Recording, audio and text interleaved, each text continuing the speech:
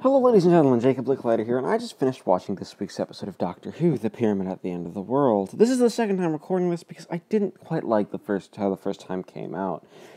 The first one came out a bit too inarticulate and a bit too screamy, because this episode made me kind of angry, to be honest. Because it has quite a lot of flaws, which I will get into.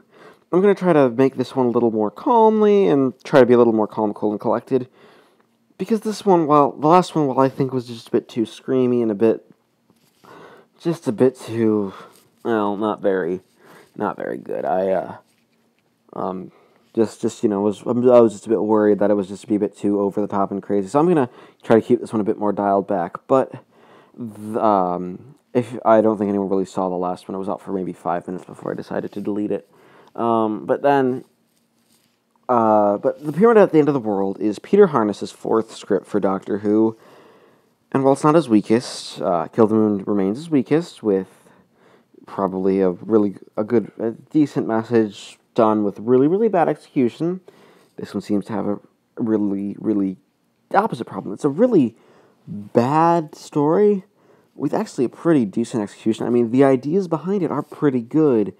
A pyramid appears overnight that seems to be there for 5,000 years. Turns out it's a spaceship controlled by the monks, and who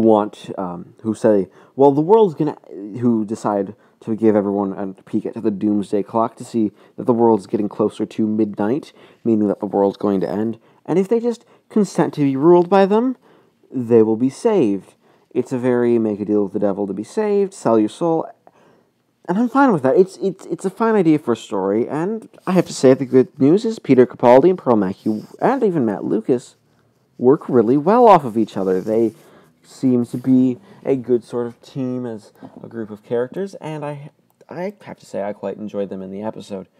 What I didn't enjoy was a lot of the writing, because I hate to say it, Doctor Who episodes often take a lot of leaps in logic to make the episodes work, but this one, it just went too far in my opinion. First off, now the idea of having a distraction from basically having a distraction be used to, of the world going to be ending in a war zone, be used to get everyone distracted, when in actuality the world's going to be destroyed because of a scientific mistake, is a good idea. It works. But Peter Harness screws that up for many, many reasons. First off, the two scientists working at this biochemical project, one comes in drunk, and the other comes in with their reading glasses broken, and she can't read. Basically what they're doing is, it's not explained exactly what they're doing.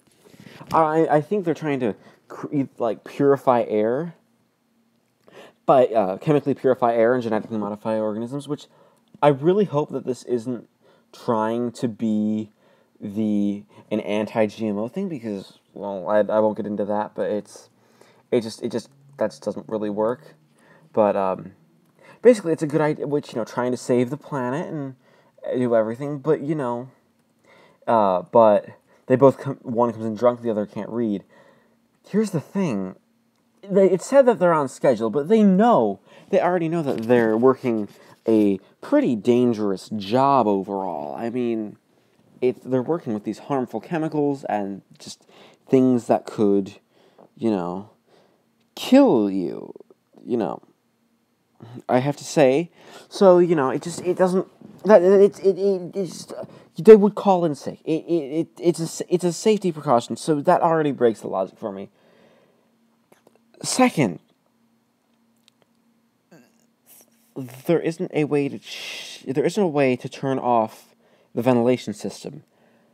I'm sorry, that just doesn't happen. You have to have fail-safes for this in case something like this was to happen. Even if you're doing something with totally safe. Even safe chemicals could be harmful in extreme circumstances. So basically, it's these precautions, better safe than sorry, especially if you're doing something unknown. You don't know how it's going to go, so you want to be safe. It's one of those precautions that you take, that you would close off the area. Sure, it might kill you, but then it doesn't matter.